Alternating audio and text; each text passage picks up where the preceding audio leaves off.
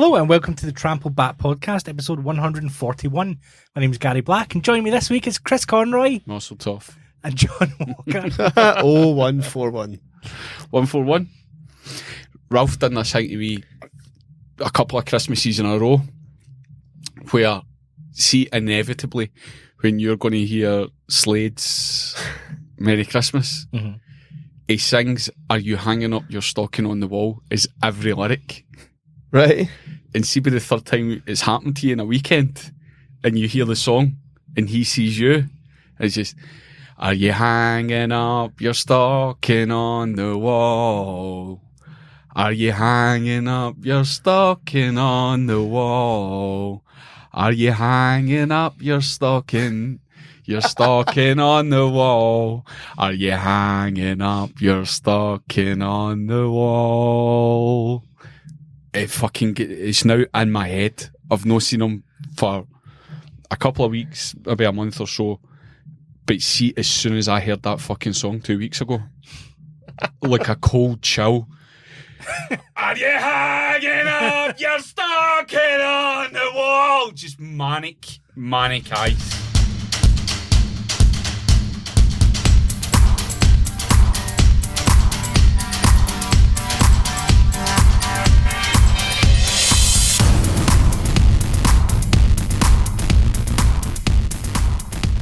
This podcast's got a little bit of a Balearic beat with Techno Peter next door. Yeah, he's gone Christmas crazy. Doing some good work.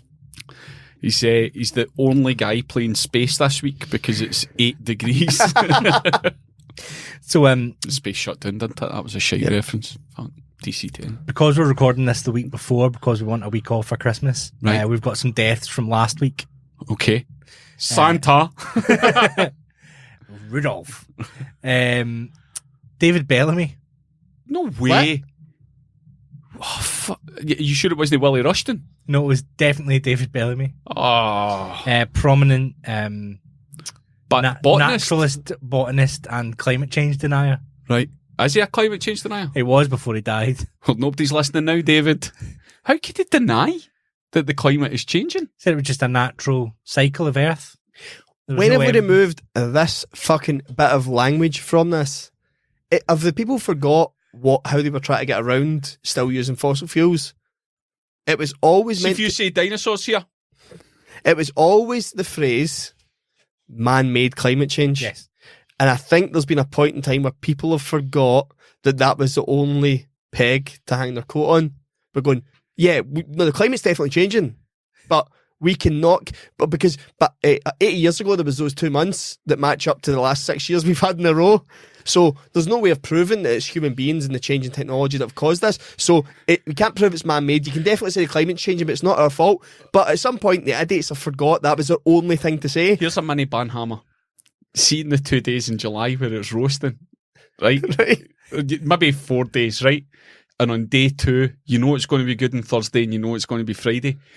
This is a mini Banhammer. People at the time go, "Well, if this is climate change, I'm all for it."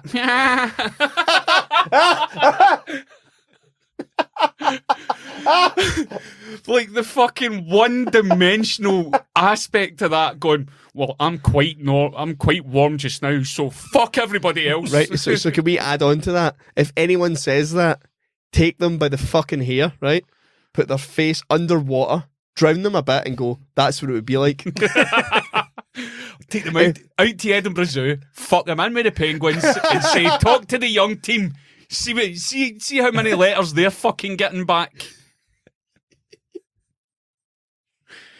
If this is what climate change is, I'm all for it. You weapon. So yeah, David Bellamy was of the belief that climate change was merely a natural cycle that we were a part of, and that man-made efforts weren't changing a bit of it.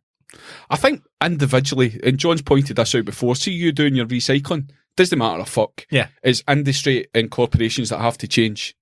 China. As long as China, America, Brazil don't care. You're anti-China. You're anti-Chinematic. China and India, actually, they're the main ones that matter. Like, see me recycling this fucking water bottle that I'm holding in my hand. Great podcasting. I'll fill it in for you, John. This bottle here, see me recycling that. doesn't matter a fuck as long as they're burning 30 tyres in Delhi to fry an egg. Yeah. So see that? Do you know what's fucking hitting me hard about It's at the end of that bottle. environment? Do you know what's hitting me hard about the environment now? Is the idea that every single piece of plastic that has been produced is still in existence. Yeah. Every single piece of plastic is still there. And that's like nothing's slowing down with that. Until we tackle industry and how we're presented products and how we get fuel, until that changes, do what you fucking like, because you do not make one jot of a difference. Turn my bathroom light off sometimes. I mean, by all means, take your own bag to Tesco. Like, don't stop doing that. Although what he's saying's right, don't stop trying. The little things, don't spend fucking hours fixing your bin. Like, I've put bags out of my room and cleaned up and just had the bottles together and went, I'll fix them when I get to the bin. And then I've seen my binman put them all into one fucking dump and go, I went to pick up... what a chance, what am I doing? I went to pick up a prescription for my mum last week. I met a guy I went to school with. Yeah, a guy from Blantyre called John Tierney, the official mayor of Blantyre. I hadn't spoke to Tierney in ages. And when you meet somebody you haven't seen for ages in the chemist, you have to tell the other person who you're getting the prescription for, because obviously you're no in for testicle cream. You know, I'm just out to pick a hang up for my mum. Oh, I'm in for my daughter. Jim, she's needing stuff. So, just that general chit chat about Christmas. And I says to him, John, at this time of year, I always feel the pressure. See, maybe about 5 years ago, I missed Black Bin Day. Do you know the last black bit? Do you know the last general collection before? Like, I know other people have different coloured bins. Tweet Gary and tell them that you're purple for raccoons or whatever.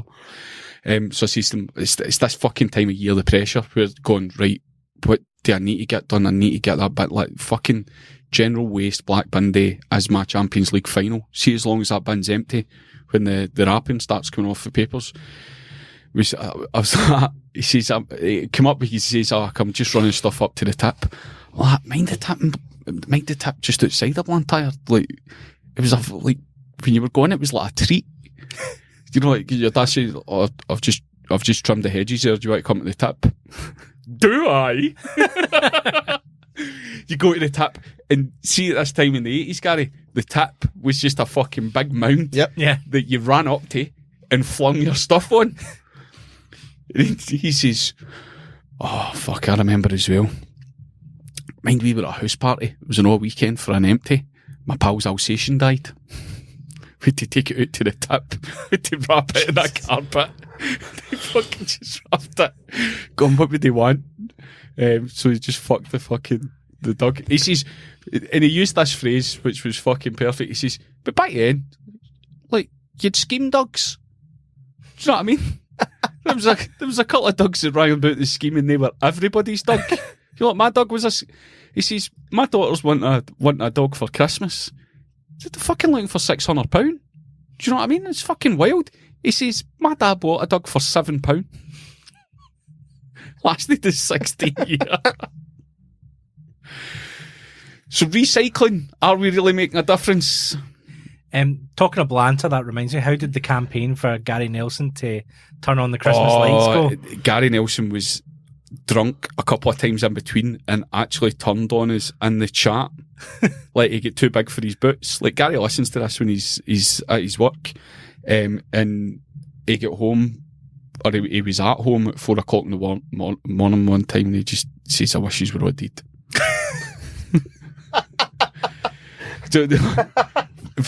Gary feels very anti-Trump, but sometimes his actions can be very Trumpian.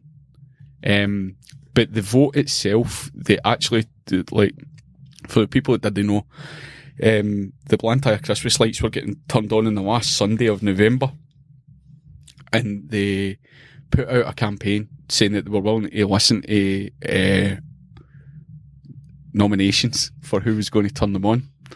So obviously the guys in our mates chat put forward the most obtuse person that was going to cost them the most bother, the most trouble. So there was a stream of people just voting for Nelly. And eventually they had to say, listen, this isn't a vote. Like, you only need to say it once and they'll go in. They ended up giving it to a couple of kids.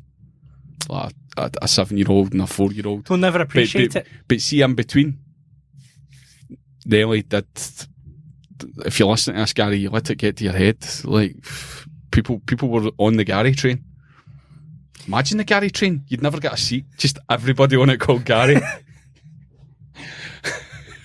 Please leave this seat clear for a Gary who needs it. Yeah. He fell out with us a few times within the same chat in between, till eventually we went, I'm not sure if we can put him in this position, this seat of power. Surely you should have got some to turn on one of your friends' house lights. Well, we were going to do it at the local pub, but he doesn't like the landlord in there.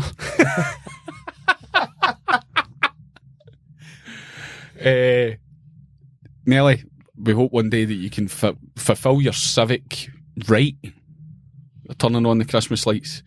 But as long as you're wishing death in us all, it's kind of hard to promote. So that's David Bellamy, died at 76. He's fucking compost now, isn't he? The second death we have this week is, I know we normally don't do footballers, but we had a special request of Celtic and St Mirren player Ian Young. Ian Young? Yeah, yes. I seen that on the Celtic website. They put a wee tribute out. So he won a League Cup, a League, and what a fucking set of ears he had. Aye. I wonder if that's a Young thing. Because, you know, the actor, Paul Young, the Scottish actor, Paul Young, the fucking lugs in him. Maybe they're related. Maybe. Okay. So, hope that means a lot to you, Youngie. Yep, you got to mention. He did put it into the chat, but I seen that the football club had put out a tribute as well. Oh, did they? Yeah, it was on Twitter. That's where I seen his ears. That's what I would have wanted. Was there not another Coronation Street Emmerdale death this week? Yeah, but I'd never heard of him. Fuck them. Was it Sugden? It was. I don't. Was that the character she played? I thought it was a woman. No, there was a man who died who was Una Stubbs' husband.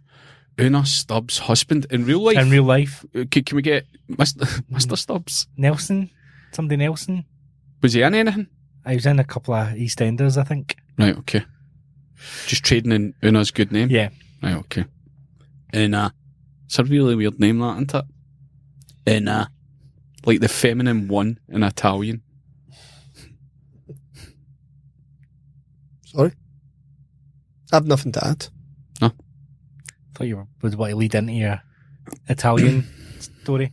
Speaking of Italy. Is that where we've got it? Is that where we're at? I can't read your notes, Gary. Doesn't matter. He said Italy, so that's your opportunity to pounce. There might be more dead people, because there was also somebody for Godfather 2 that died. So who was that? I don't know. That was put in the chat as well. Don't pay attention to the chat. Do you know the Serie A story, Gary?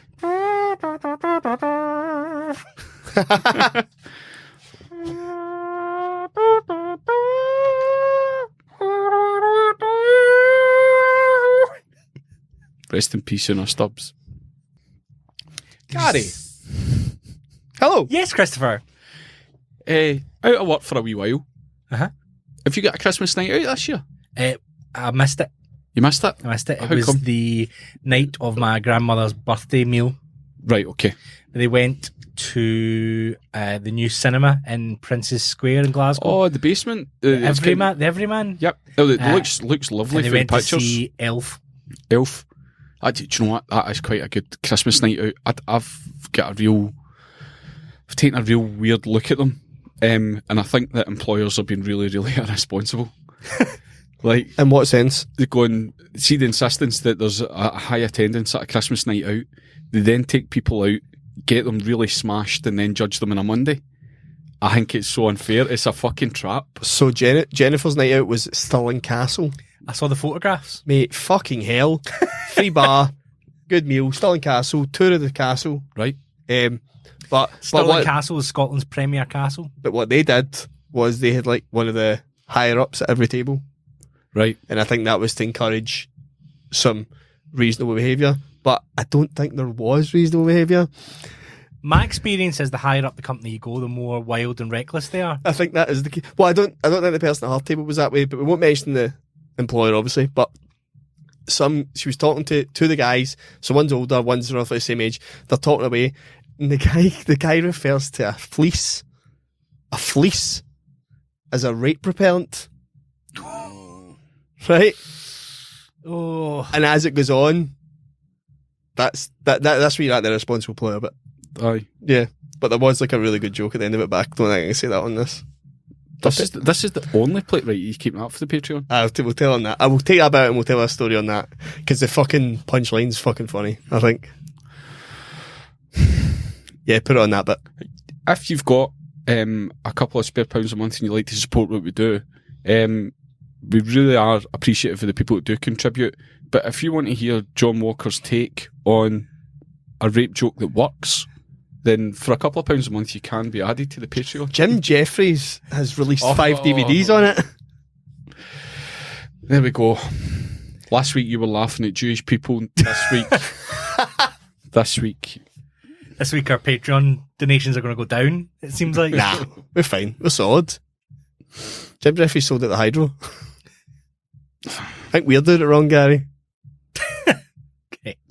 What, more sexual abuse jokes? No. Just better ones. Yeah, no, you're missing the point. The joke was that it actually stops it. Right, okay. Right. Did you see they found a once in a lifetime chance bit of amber with an intact dinosaur tail? Yeah, because you sent me it. What? The whole conceit of this podcast is to talk about stuff that we've already sent each other. Well, you only seem to bring up stuff you've sent me.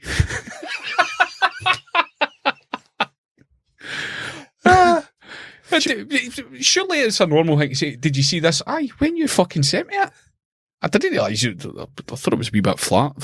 But steam on, Gary, you've obviously got legs in this. No, it's just a tail. The thing that got to me about the tail and the bit of amber was that it had already been converted to a piece of jewellery before they realised what it was. You thought it was just a bit of leave? Aye. What really disappointed me is, you wait your whole life to find out what colour a dinosaur is, and it turns out it's mousy brown on top and white underneath. Gary, I don't see colour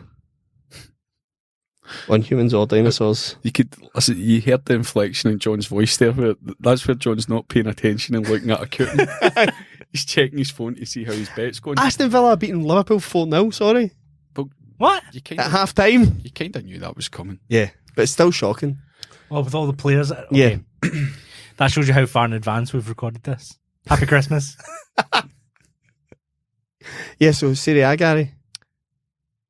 Have you kept up to date? Always. I never miss a edition of... I can't believe you shoehorned that Amber joke in for that punchline. It wasn't I wanted to discuss it. Wasn't a punchline? Wasn't a punchline? Correct. I thought it was funny. Guys, he needs to fucking focus here. He's right at the place. He's looking at Coopens wanting to talk about Liverpool. Ethnic slurs and say that, you're out there fucking talking about Amber. We've got Techno Peter next door. Let's focus and get a thread together here. Right, that's the only way the follow-up jokes happen later in the podcast. Like, fucking help me help you. I prefer him when he's in a bad mood. No, I don't. Just showing everybody behind the curtain this week. So 2 weeks ago, Roma were playing Inter Milan. Okay. Romelu Lukaku plays for Inter Milan. Chris Smalley, England International, plays for Roma. They both happen to be black footballers. A paper in Italy, their version, I believe, like Daily Record, it's pretty big paper. Il Gazzetta dello Sport ran the headline Black Friday with a picture of both the players. And it was at this point, for the first time, AC Milan beat Inter Milan by like a day to respond to it, which said everything about their backing of Lukaku's abuse. Yeah, which says everything about the abuse Lukaku's been getting. He's had letters sent from Inter Milan fans saying when they do monkey chants, they're not actually insulting you. It's just because you're so good, they're trying to put you off.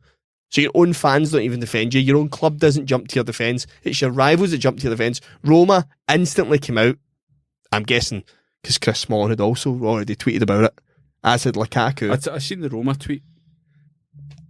So Serie A's then been purged into this situation of actually having to deal with racism because it looks pretty fucking bad.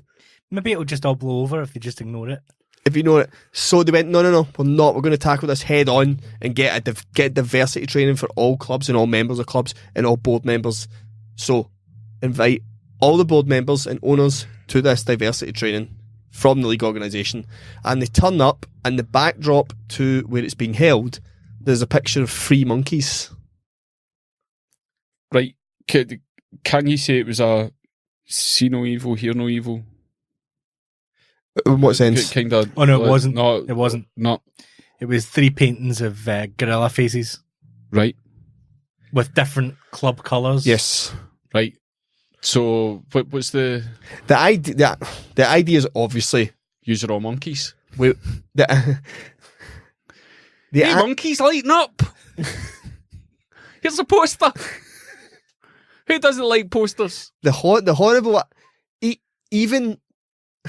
even with the right point of view, which is that we're trying to show that this is where we all came from. We're all the same thing. We're all the same. When you have had 5 matches this season where there has been monkey chants, where Balotelli has punted the ball off and walked off, Lukaku has tried to walk off and been asked to come back on, Ancelotti has almost taken his Napoli players off the pitch and been begged to come back on because of monkey chants, you cannot then use that to make your point. You just can't, even if your point almost makes sense. My hope. Don't use that.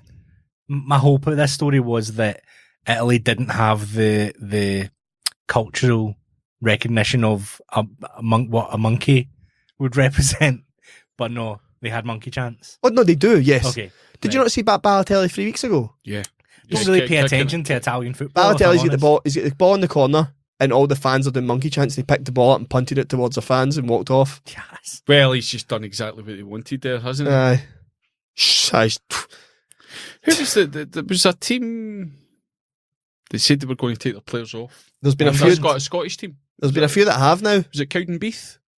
No, it was Cowdenbeath, and I think there was a player who'd suffered from mental health issues, and he was getting a lot of abuse from opposing fans about his ongoing issues, and the players had said that if it continues, then we're going to show solidarity and say this isn't on, we're going to walk off. But there has been a rise in English lower leagues. I think there's been 2 conference games where the managers pulled teams off. But it's part of the wider society becoming more right wing and people becoming emboldened and going, I can say this in a group because we're in the ascendancy. And you'll not do anything about it. Aye. Do you know what? It should be a custodial sentence or a cash fine on the spot that if you, see if you're not you are never going to rehabilitate or re-educate people to a high enough percentage where you go, do you know what, that's making a difference. So I would just fucking keep them quiet. I'd go, right, that's £600 please for your monkey noise. Thank you, we'll take this to court. Yeah. Well, who was the... You see if it's £600 or €600 every time you get caught on camera doing something like that, and we're going to publicise your name and address, and we're just going to take a hard line on this. What was the Man City fan has been banned. It took them 30 minutes to make that announcement, and he's been handed over to the police. It took Man City 30 minutes to identify the fan who had been caught on camera doing a monkey chant to Fred and Rashford in the corner, find out his name, ban him, and hand him over to the police. Yet there are clubs in Italy who say they can't control this problem. And there's clubs in Scotland who do the same. And see, when I'm in my high horse, hun is not a sectarian term. Why did we have to do this? We were on point. He's like, your racist uncle that gets wheeled in for the Christmas party. You just hope it'll... Who? Nobody. No, that isn't a racist. That's the sectarian term. Do you want to talk about Christmas? No, but it's got another fucking whole story. Do you want to do that first? What, Thunberg? No. You want to talk about Greta Thunberg? Yeah, because then we can talk about her having a nice Christmas. Because I'm going to make the point of it, she's just not personal. Yeah. Right, okay. Right, I do, Greta. No, I led the last one, Gary. Come on, you need to fucking do something. You give us that horrible me to lead tale the story that you want? That's your Christmas. Fucking hell. Hey, John, I hear you told me that Greta Thunberg was person of the year. No, you put that in the chat, put the thing about the dinosaur tail. These are all over the place. Absolutely. Switched off for This Christmas. is what happens when you get up and do a podcast on Christmas Day. I think Greta Thunberg, what's the accolade that she's won? Times Person of the Year. Cool. I'm on board with that. She's brought a lot of issues to the fore and upset a lot of the people that should be consistently upset. Mm-hmm. So, John, you're going to have to decide who's better than Greta Thunberg. Do you know what? Well, you already know my guy, so I don't know you keep doing this. Who's your guy? Bojan Slat. Who? Bojan Slat. Who's that? The guy who's invented the removal system of all plastic in the ocean. Well, he won it last year. No, I don't think he did. That's what I'm just checking to see who actually got it last year. I think it was Joe Rogan. I get podcast of the year. Friday night, me and the two kids, Ruby and Charlie, are going into Morrison's. Friday night's pizza night, and we're going in. Did you get one of the deli counter homemade pizzas? we did. At this time, it was better than normal. And because it was, we were doing this, it was the day after the general election. So me and Ruby were sitting in the front. Charlie's in the back playing the Switch. We're talking about the general election. And as we're getting out the car to go into Morrison's, I'm saying, essentially old people have fucked your generation over again, Ruby. It happens so we're going to need bright young people like you and Charlie. Do you know what to kind of...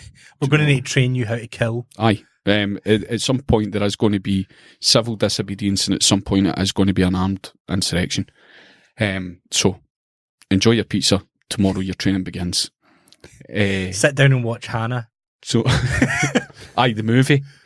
No, that's fucking Amazon shit. Fucking, where's the Chemical Brothers soundtrack with this one? So I said, the young people are going to need to do a lot of sticking up for themselves, because essentially your granddad doesn't care. And I'd like to take my opposition back. Your opposition back? Donald Trump got given it in 2016. Obviously, I didn't realise it meant so fucking little. So, mate, it's a fucking print magazine. It's there to fucking sell copies. Aye, but give it to like Lindenberg and stuff like that before that. Like, it was people who... Who have we written most about this year? So, okay, then she deserves to have it. So, I says, essentially, young people, you've got a shift to put in once you're of voting age and working. She says, yeah, but some people are prominent. You know, kind of look at Greta Thunberg. I was like, brilliant. And Charlie's like, yeah, she's doing a lot, trying to, sort of save the environment. And then me and Charlie walking through the car park started doing, how dare you? Charlie's going, how dare you? You've broken my dreams. And Ruby kind of takes a huff a wee bit, going, you shouldn't be making fun of, she's trying to do a good job. And Charlie says, aye, but if you're really good at it, you should do it. How dare you? I'm like, yeah, see if you're good at the impression, Ruby. Like, do the impression. Like, how dare you? So 9 and 11-year-olds are aware of Greta Thunberg and what she's saying. Mainly because I'm ramming it down their throat, going, what just be lassie, she's going to upset them all. But will she end up just being the next Bob Geldof? I think no. Geldof was well intentioned, but ended up arming child soldiers. If the admin and due diligence had been better, Geldof would have made a bigger difference. I was going to say that. It's not really his fault. I mean, are we that far away from Greta Thunberg giving out a call to arms to the youth? Well, she already has. See with them dogging school for a day, taking a day off, playing truant for a day, sort of ramming at home. Then, yeah, I think. Do you know what hasn't really been touched upon? And I don't know if it's because time is moving so quickly. Like, New Year this year is the end of a decade. Like, I feel that in decades gone past, there's been a bigger ramp up. Yeah. Whereas this... Spotify's the only thing that's recognised it. Aye. Channel 5 is a coming. With lists it's been upon lists. It's been a pretty fucking lukewarm decade. Like, we are not going to be remembered fondly. But I think going into the 20s, the roaring 20s, followed by the depression in the 30s, I think there is going to be more protests and more people sort of lashing it. I thought you were going to say a 2020 vision type joke. No. That was what was coming. You're better than that, though. Yeah. Wait, the Tens, they voted for Trump, and then Childish Gambino made This Is America, and then the decade ended. I mean, this time 100 years ago, there was a war, so I feel like we've done a wee bit better. Isn't there a war now Yeah. for your heart? I was really involved in that war. All right.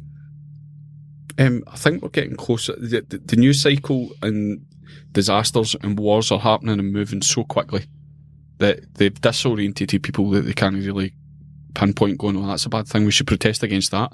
No, but there's a fucking really bad thing happening over there. No, but there's a really bad thing happening over there.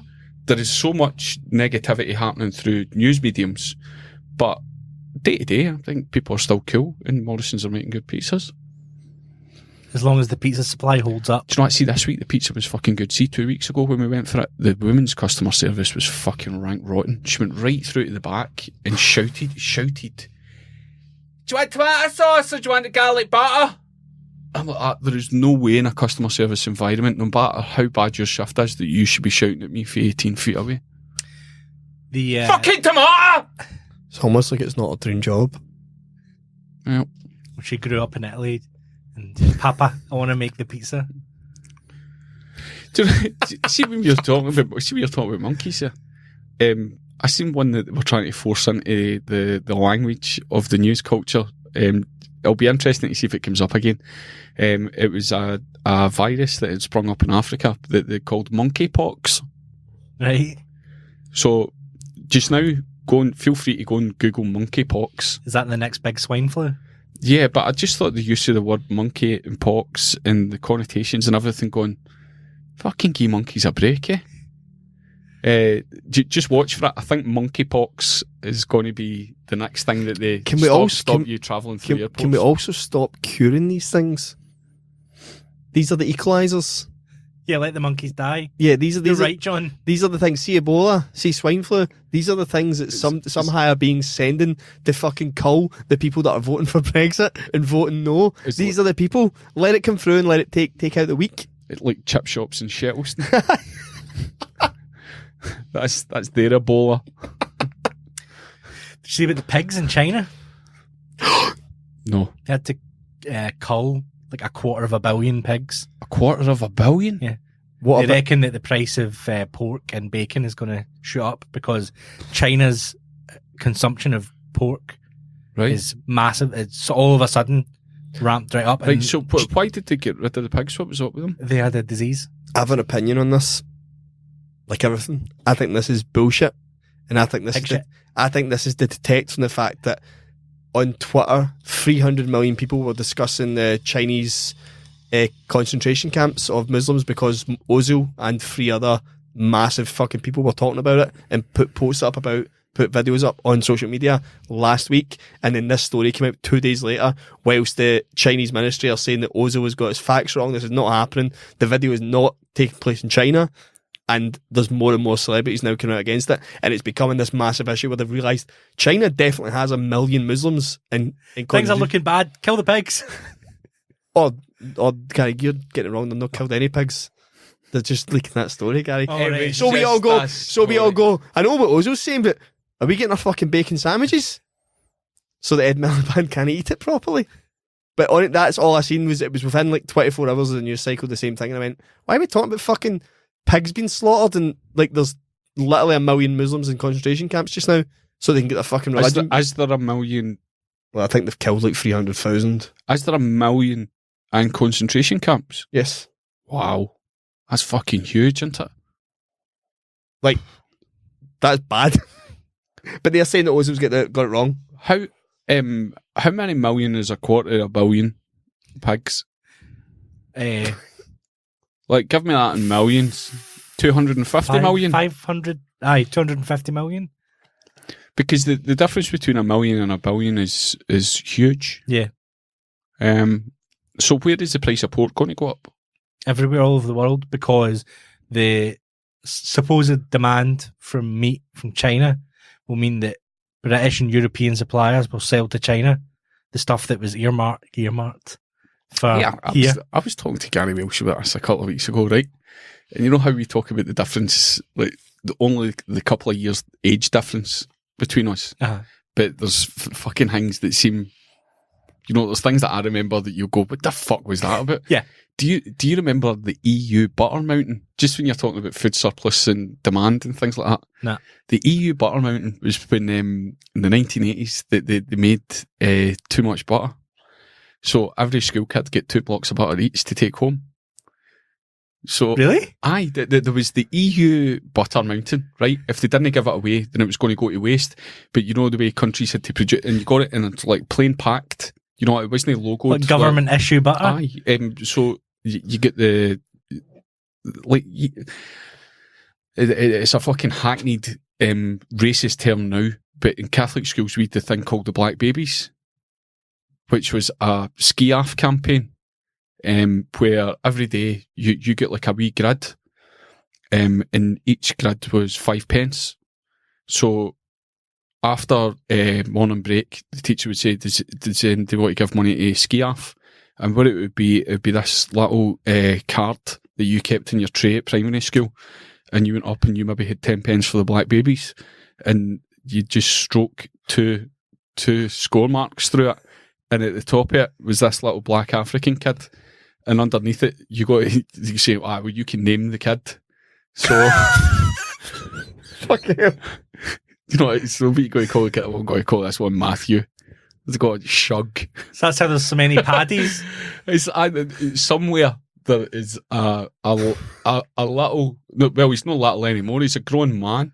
There's running about in a 1993 Man United top called Tam Spencer.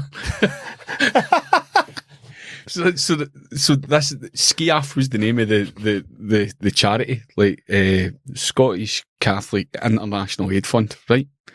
So see, if you speak to any, I realise I am your Catholic friend. If you speak to any of them at a certain age, they'll go, I remember the Black Babies.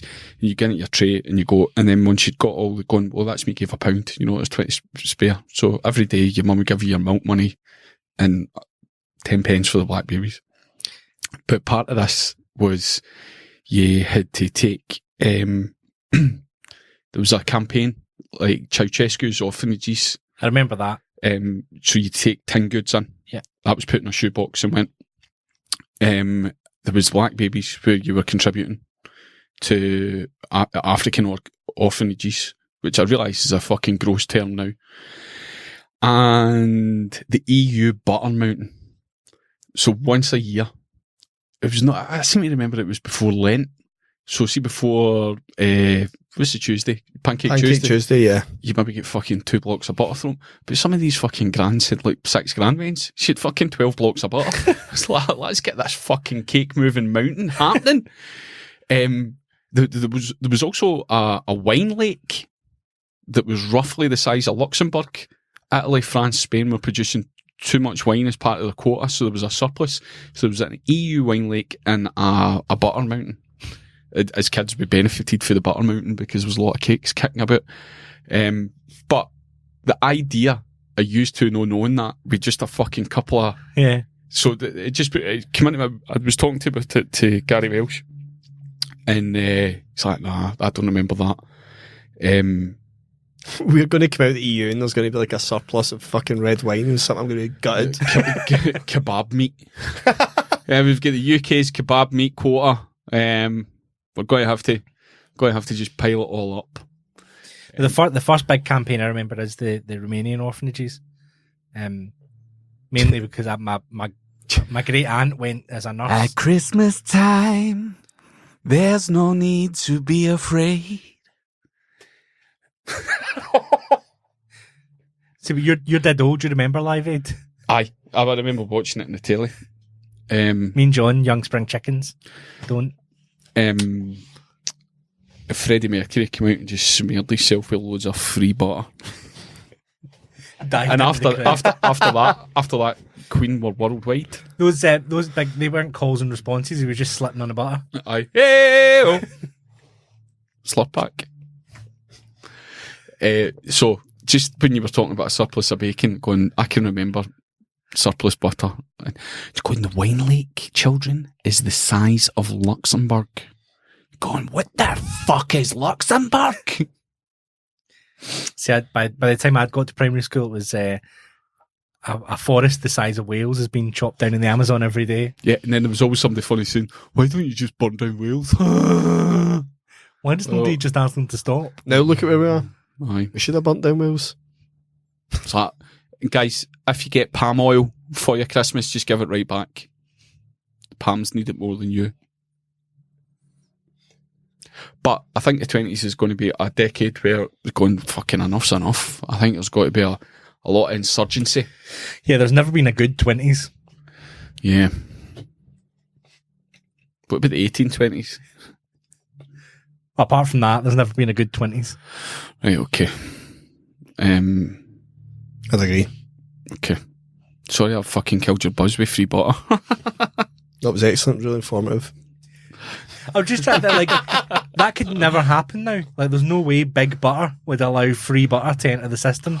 Oh, I get talking to a guy, right, and his job was to count sugar, right? I'm sure it is. 1, 2, Right, no, not pallets, right. Tate and Lyle, right? So like, realistically, what had happened, like, lorries full of sugar, do they go missing? It's like, yeah, they do. You know, like, the sort of drivers will come in and you see them and you go, oh, I don't recognise that guy. But you know, as soon as he gets on the ferry, instead of going left, he's going right. You know, it kind of, and there'll be black market sugar.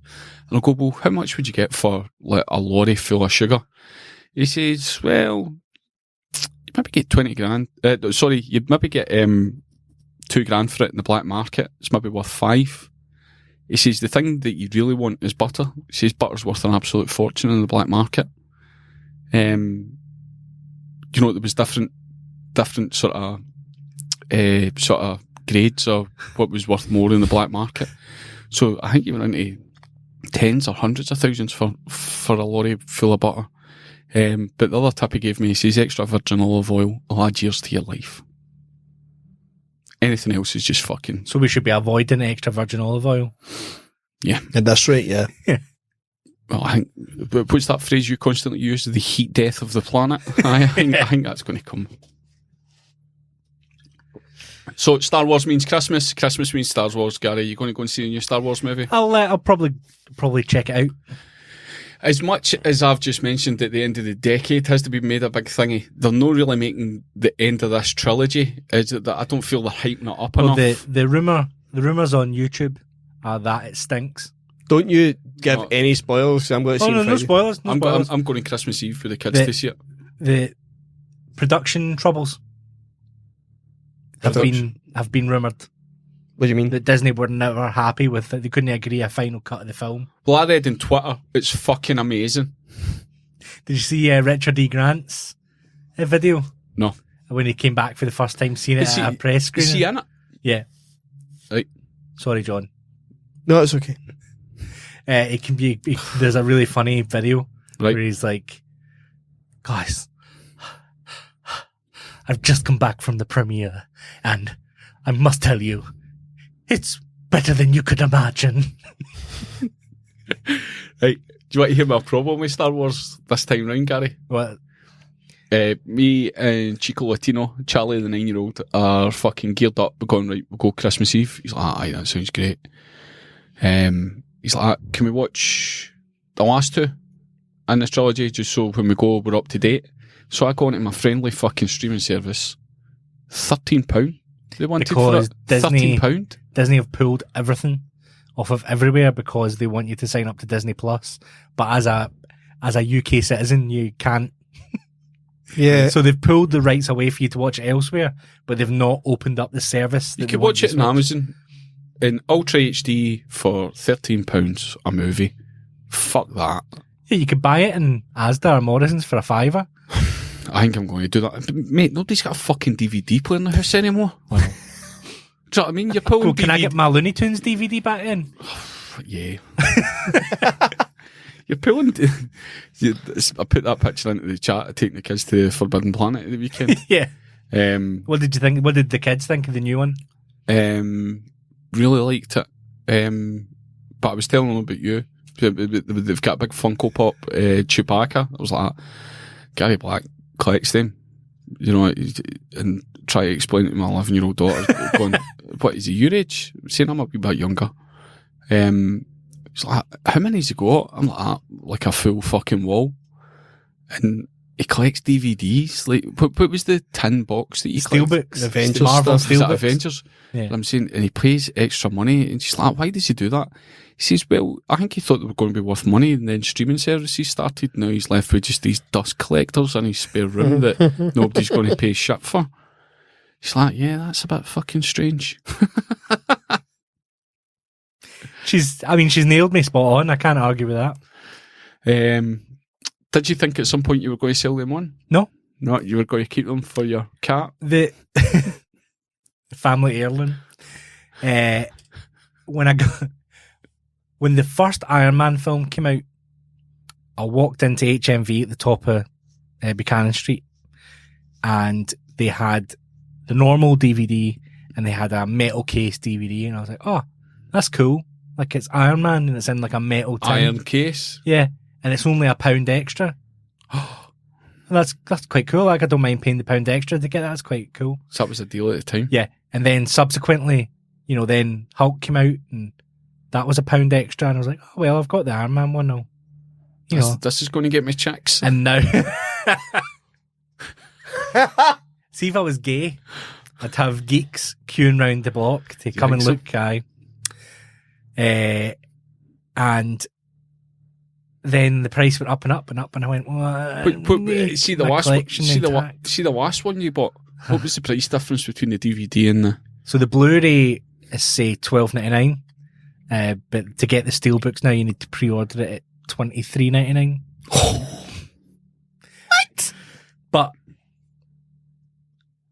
I've got the Spider-Man, the last Spider-Man one, Far From Home. The Jewish Chronicles? Yep. And that's the end of the saga. So it seems like a good point to stop. Yeah, you can't get What are they going to suck you in with, Gary? Well, Black Widow's next. And it's kind of a prequel. So... You've got to edit all this bit out, aren't you? No. You're not going to let people hear how you've been shafted. But I heard the end of Star Wars is that Jar Jar Binks comes back and saves everyone. Yes, I'm on board with that. Christmas Eve, we're going to go and see it. We're going to go for a massive buffet, Andy and cooking Andy.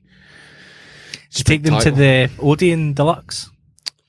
No, but just normally Hamilton. The value's pretty good. I think it's only a The £5 in there. View cinema is fucking tremendous. Yeah, it's pretty decent. We'd have taken most Fuck of it. you, Cineworld. Tell 'em. I've heard the showcase out at Coatbridge has been refurbed to a very high standard also. Oh, really? Because that was run down. Yeah. They had homeless in there. Just lying under the screen. See, when the showcase opened in Linwood, so where I grew up, it opened in 95, 96. So I was, 11, 12. And they had like 3 or 4 staff who were always working the ticket desk, then people who would meet. But they had one guy who was going around all the screens and making sure everything was running. Mm-hmm. We found out very quickly that they had a roll of tickets. And if a fire alarm went off when you had to evacuate, there would just be a roll of tickets left at the door. Yeah. To reimburse you for the show that you've just missed. Yeah. But you were always the people setting off the fire alarm. I seen Speed 2 Cruise Control 9 times that summer. My cinema of choice as a teen That was... is worse than what happened to those people that went to see Batman. My teenage cinema of choice was Not UCI. those ones, the ones that were disappointed with. Got you. George Clooney. Yeah. Sorry, Gary. I was just saying my cinema of my youth was UCI in Clydebank Shopping Centre. I've told you the story loads of times about the Hamilton Odeon that insisted on playing the Lionel Richie song before every feature. Played Hello. See the one with the blind girl making the Buster Lionel Richie's? Yeah. Every movie you went to see, they played that at the beginning. I don't know if it was to test the screen or but that and the Gummy Bears was on before everything. The Gummy Bears? Really took the sting out of Basic Instinct. That was my cinema of choice. Was it? Until they built a showcase. Happy times. A lot of Christmas Eves. That used to be what we did every Christmas Eve, was go to the cinema. Apparently in America it's a big deal to go to cinema on Christmas Day. Really? And so those fucking minimum wage kids are having to work on Christmas Day so that your fucking family can go to the cinema. And it's like a big traditional, like, you eat Christmas dinner and you go to the cinema. Way. If you don't like it, work harder. For shame. I can remember that, but pre-Christmas. Robin Hood, Prince of Thieves and Home Alone. UCI on Claybank was also where, on a school trip, we were supposed to go see Muppet Treasure Island. And then when we turned up, the cinema manager went, sorry, the film's not arrived, but we can show you Flipper. Did you go see Flipper instead? We had no choice. The teachers had like minibused us into That Clydebank. sounds like the way that the Kelburn, Paisley Kelburn used to be for our school trips. Every time he sees a dolphin, he wants to drink eggnog.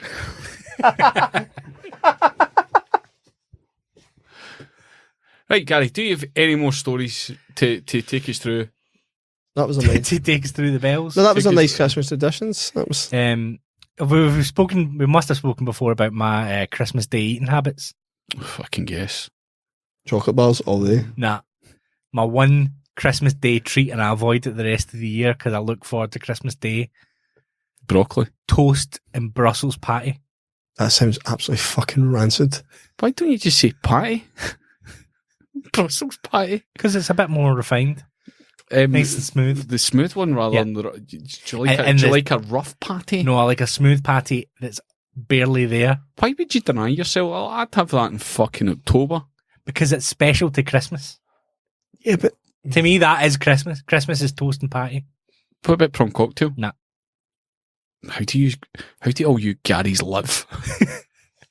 Underneath a big house made of toast. How do you even know whose fucking card is who in the mantelpiece? To Gary. It's very Gary. easy. You just need the one card and it kind of recycles itself around everybody. Just take the cards down. Like Greta Thunberg would be so proud of you. All you guys. The thing is, see if you go into like a garden centre near Balloch and you look at the keyrings with names on them, there's never a Gary available. Just sold out. Yeah. Constantly. You need to pre-order them. They come in like an Iron Man tin. For an extra 15 quid. What's your favourite thing at Christmas? Or favourite bit of Christmas? Favourite bit of Christmas? Yeah. Is it a food, or is it something you always do, or is it the end of the day? Now that we don't live together, it's just mainly my brother comes through. That's probably my favourite bit, because I'm John? Our brother John, No, probably my brother comes through. And my sister comes over. Your brother Gary? Yeah, my brother Gary, actual Gary. And your sister Gary. Yeah, and my sister Gary, and my mum Gary. Have a very Gary Christmas. Probably that though, because that means but it always depends. So he intermittently will spend dinner either at mine or his wife's families, but they will always come through. Mm-hmm. But if he hasn't, then it's a race between him and my sister-in-law who gets hold of a glass of wine first, because the loser has to fucking drive home. Yes, were you thinking about drinking today? Well, Linda will be struggling in with like fucking bags of presents for everyone, all the kids, and like Gary will already be in with me making an old fashioned. Going to fucking drink this now. She's fucking driving. I don't know what my favourite bit is. Do you know what? I'm not big on it. It's seeing people, see everybody being off work. Smile on the children's faces. Do you know what? I'm not seeing the kid's mum asked if she could take them the whole of Christmas Day. Mm-hmm. So I thought, oh, fuck it, maybe trial it 1 year. So what I'm thinking of doing is going to Aldi and buying one of every beer that they have. And doing like a review. Just like getting all the ones for Alloa, all the ones for Brewdog. Brewdog are so unlikable. See their marketing? They are so unlikable. Mate, you could buy a share for 150 quid. The local Lomond beers are nice. I'm just going to try. Like, I'm not going to drink the same drink twice on Christmas Day. We're going to go and do the big Christmas Eve thing. Go for some big tea and go and see Star Wars, and then the back with us on Boxing Day. I've got this thing. My wife and I slates me about it. See, when my wife and I comes in for work, first thing she does is put a pair of joggies on, puts her hair up, straight into pyjama mode. See, if I had my choice, I would be sitting there in my jeans, my shoes, everything. See if something's happened, I'm ready to fucking go. I'm not a slippers and joggy bottoms type of guy, right? You're always ready in your Ben Sherman. Fucking ready to go. What? There's a drama outside? Put your shoes on. They're already on. I'm in the fucking street. You're still fucking about with tyres and, I'll take these slippers off and then I'm fucking ready to go, right? Because you're a man of action. Exactly. You sound ready to go. You can hear it in my intonation. I'm selling my readiness. Show don't tell. She has been talking to the kids on the side, going, listen, see when we're doing Christmas, I've been trying to get your dad into a pair of suit pyjamas. You know what, with the wee pocket and the button, The wee bum flap. the buttons up. No, like the full suit. You know, like kind of, like all guys' pyjamas. So I don't know if my wife and I has actually went out and purchased matching sets for everybody. But I've kind of been part of going, I've been telling the kids about the suit pyjamas, I'm so getting it for Christmas, so I'm half expecting is all to have like the There full... does seem to be this year a thing of matching pyjamas. It seems to be the on-trend item. Oh, do you know what? She got Charlie this fucking Stormtrooper sort of fluffy onesie thing with the pull-up hood. It looks tremendous. But he's a terrible shot. No, mate, he did one shot. He'd be one of those red ones. How dare you? Pew! I'm actually buzzing about Star Wars. I'm really Good. looking forward to it. We do the rest of the stuff on the Patreon. You just want to do a wee short. Aye, we'll do a wee Patreon one as well. So you just do a Christmas Banhammer? Oh shit, that's right. He's got to do his Christmas Banhammer Oh, first. have you got one? Just one. I had two. See, before you do it, Yep. before people see all the people that have supported us this year and give us a wee bit of money, give us a retweet, give us a like, or recommended this to a friend. We really, really appreciate it. I'm genuinely thankful. I believe them. Me too. Okay, continue with your Banhammer. Right, so I've got two. One is weaker than the other, but I'm going to go with both anyway. Right, start with the weaker one. The weaker one is Christmas crackers. I just want to banhammer them in general. I have no interest in the thing being there. It's a place on the table that I can have more food or a roll or something. Right, I'm going to back you up here. Right? No, but this is why. So it's not even, it takes up space, right? But it's a thing I don't want. But see, the minute somebody lays hand on the other end of the cracker, I now want it. Right, okay. I nearly brought some crackers in here for us tonight. And see, do you know, it brings out the worst in people. See those cunts that put their hand across it like halfway up the fucking thing, knowing that they're going to pull the whole thing off. How bad do you want that little mirror you can't see out of? There's an area in Blantyre, right, called Springwell, which was traditionally a rough area, right? So a lot of good people came from Springwell, and a lot of people that were maybe underserved in one aspect of society that had a hard life. It was traditionally the hard area of Blantyre, Springwell, right? Now, see if me and you are like, see if I take this here and I say to you, do you want one of my crisps, John? Right? And then I grip the bag near the top so you kind of get on. That's called a Springwell grip. Okay. I want to pretend that I'm sharing my crisp with you, but by goodness, you're only going to get fucking crumbs. Right? People that adopt the Springwell grip on a Christmas cracker are fucking vermin. It's normally like my gran. Your gran's vermin. So that's one. And it's more about the space and then the impact it has on me when I don't win, because I'm like, I didn't want it, but now I'm upset. I'm going to fling one. See, when we were having the Greta Thunberg Morrison's pizza conversation, Ruby had said, do you know what? I think they should just do away with Christmas crackers. I was like, how come? She says, well, all you get is plastic crap in it. Yes. Like nothing's there the day after. Or I was like, do you know what? That's really insightful. So it gets in the way, hundreds of waste, and it brings out the worst in people. Okay. Just buy everybody a set of toenail clippers. Everybody will be Or a happy. mini mirror, or a fucking mini screwdriver. The other one, I think that one goes in. the other one's more refined because I just gave you a blanket moan about wrapping presents. What if they just put a message in it, like a biodegradable message, and that you kind of, instead of the joke, and you just unfurled it? Oh, this joke will self-destruct in 5 seconds. Not everybody that you love will eventually be dead. Ho ho ho. Short messages are pointless. Imagine you reached over to your 8-year-old gran, fresh memories of your other gran having a hard day, going, do you know what? I've maybe only got 5 or 6 Christmases left for you, gran.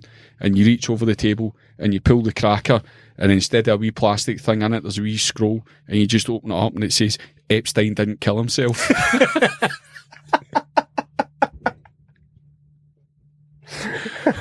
I wonder if I can get to the family crackers and run an interference. Yeah. I mean, imagine you took all the jokes out of the Christmas crackers. Oh.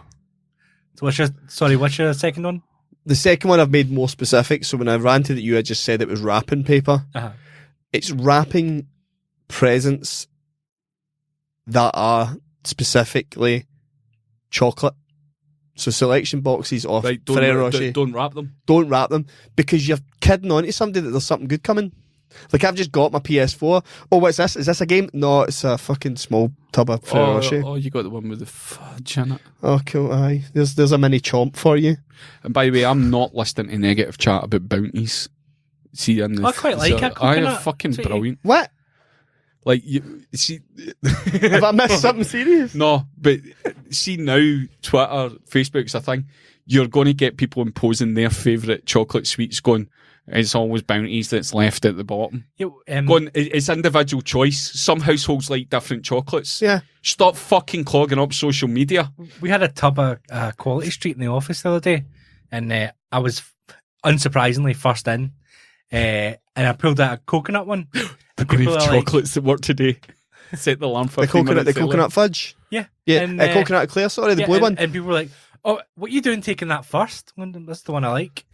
There's- Nobody likes that.